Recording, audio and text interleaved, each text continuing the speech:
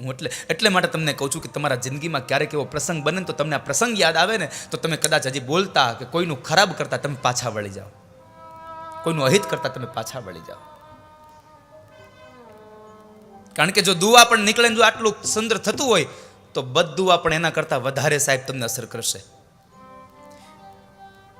એક આહિર રબારીનો છોકરો, 20 વર્ષનો યુવાન, જંગલની અંદર એ રોજના માટે પોતાના માલઢોરને લઈ અને ચરાવવા માટે જાય. એની માં એને એક રોટલો ભાતામાં બાંધી દે.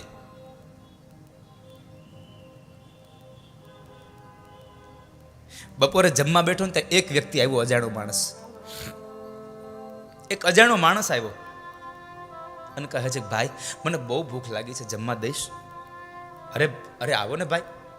કોઈ જાતની ઓળખાણ નથી હો, છતાં પણ પેલા માણસે એક રોટલાના 2 ભાગ કર્યા અને કહે છે કે લ્યો, અડધો તમે ખાઓ, અડધો હું ખાઈ લઈશ.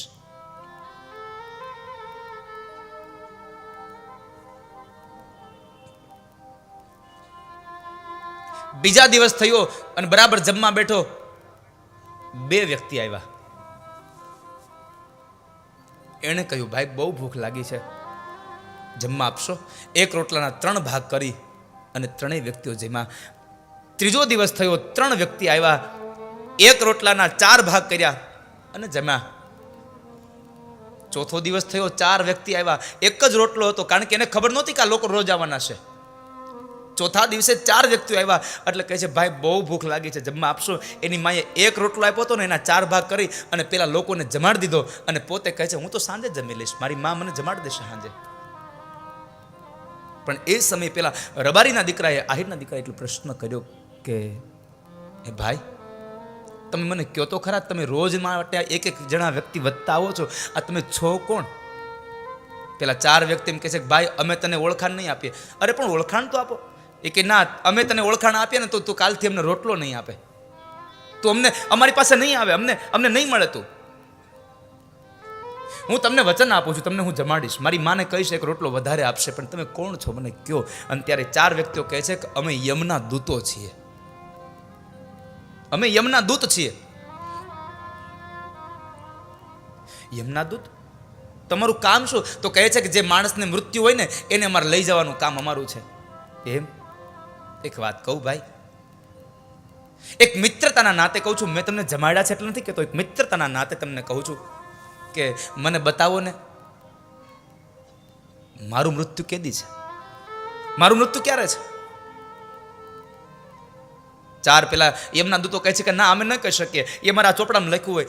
હું તમને પ્રાર્થના કરું છું, એક મિત્રતાના નાતે એક વિનંતી કરું છું, હું કોઈને નહીં કહું, પણ તમે મને ખાલી બતાવો ને મારું મૃત્યુ કેદી છે. એમના દૂતોએ પોતાનો ચોપડો ખોલ્યો ને જોયું તો કહ્યું કે જે દિવસે તારા લગ્ન છે અને એ જ દિવસે તું તારી પ્રિયતમાને પહેલી વાર જ્યારે તારા ઓરડામાં મળવા જતો હોય ત્યારે ઓરડાના દરવાજાની બહાર તારું મૃત્યુ છે. સર્પદંશ થશે ને તને મૃત્યુ થશે. કઈ વાંધો નહીં.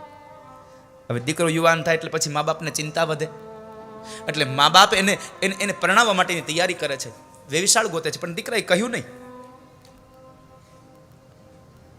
લગ્નની તૈયારીઓ થઈ, લગ્નનું વેવિશાળ થયું, લગ્ન થયા, જાન પરણવા ગઈ, જાન પરણીને આવે છે. સાંજે બધાએ ભોજન કર્યા અને મેડીવાળા ઉપરના ઘરની અંદર, ઉપરના ઓરડામાં પેલી પરણીને આવેલી એ નવવધુ કન્યા પોતાના પ્રિયતમની રાહ જોવે છે. પથારીમાં બેઠી છે.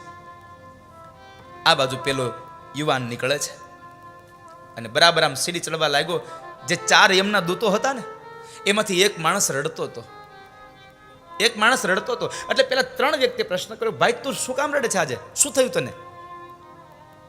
તો કહે છે, મને રડવું એટલા માટે આવે છે કે મારે સર્પ બનીને એક માણસને ડંખ દેવાનો છે. અરે આપણું તો કામ છે, એ શું કામ એમાં રડે છે? આપણે આપણા મહારાજની આજ્ઞા એમનું પાલન કરવાનું હોય, એમાં રડવાનું થોડું હોય. અને ત્યારે પેલો માણસ એમ કહે છે, રડવું એટલા માટે આવે છે કે જે માણસે આપણને પોતે ભૂખ્યા રહીને રોટલા ખવડાવ્યા છે ને એ જ ઓલા રબારીના છોકરાને આજ મારે એને ડંખ દેવાનો છે, એટલે મને રડવું આવે છે. યમના દૂતો પણ રડે છે, છતાં પણ જવું પડ્યું. અને પેલો યુવાન બરાબર આમ પગથિયા ચડે અને દરવાજાની બહાર આવ્યો ત્યાં સામે સર્પ આવીને ઉભો રહી ગયો. એને ખબર હતી કે આ સર્પ પેલો યમનો દૂત છે. વાત કરે છે કે ભાઈ મને અંદર જવા દ્યો ને. યમના દૂત કહે છે ના, અમારા મહારાજની આજ્ઞા છે, તું અંદર ન જઈ શકે, તે પહેલા તારું મૃત્યુ થાય છે.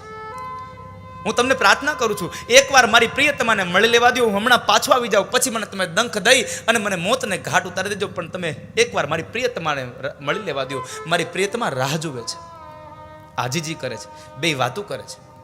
અને આ વાત પેલી અંદર બેઠેલી સ્ત્રી સાંભળે છે કે મારા પતિનું મૃત્યુ અહીંયા. યમનો દૂત કહે છે નહીં ભાઈ, તું તારી પ્રિયતમાને મળે ને તે પહેલા તારું મૃત્યુ છે. આંખમાંથી ચોધાર અશ્રુની ધારા વહે છે. આ સમય બન્યું એવું,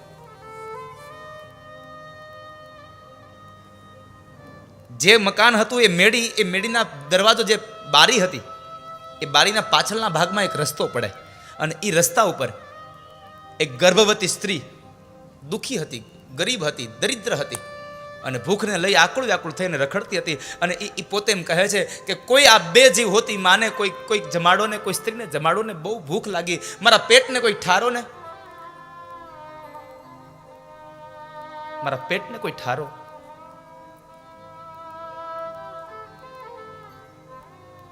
આ શબ્દ પેલી પરણીને આવેલી દીકરીએ સાંભળ્યા. એને થયું કે મારી માએ મને ભાતાનો ડબરો આપ્યો છે,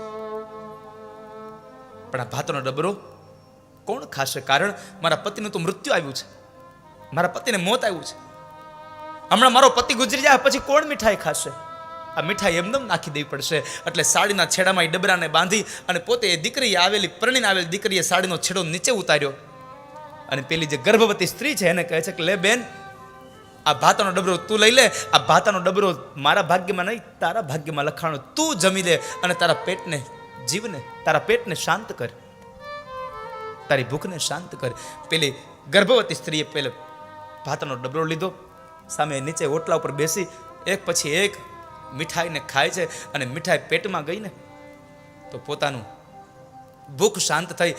અંતરમાંથી અવાજ નીકળ્યો, અંતરમાંથી નાદ નીકળ્યો કે બેન, તે આજ મારી બે જીવ હોતી એક સ્ત્રીને તે એક ભૂખમાંથી શાંત કરી છે. હું તને આશીર્વાદ આપું બાપ, તારો ચૂડીને ચાંદલો ભગવાન અમર રાખે. ચૂડીને ચાંદલો અમર રાખે એટલા શબ્દો અહીંયા બોલાણા. અને ત્યાંથી સાહેબ ઓલા યમનો દૂત જે સર્પ બનીને આવ્યો હતો ને, એ યમના દૂતને યમે ફરી પાછો બોલાવી લીધો. મારો કહેવાનો મૂળ ભાવાર્થ છે કે જો અંતરમાંથી દુઆ મળે ને તો પણ તમારું કલ્યાણ થઈ જાય. માટે પ્રાર્થના કરું છું, કોઈની દુઆ લેજો, કોઈની બદદુઆ ન લેશો. જો કોઈના અંતરમાંથી એક વખત હાશકારો નીકળ્યો ને, આ દુનિયામાં ભગવાન તમને નહીં છોડાવી શકે સાહેબ. માટે કોઈની બદદુઆ ન લેશો, કોઈના આડા ન આવશો ક્યાંય.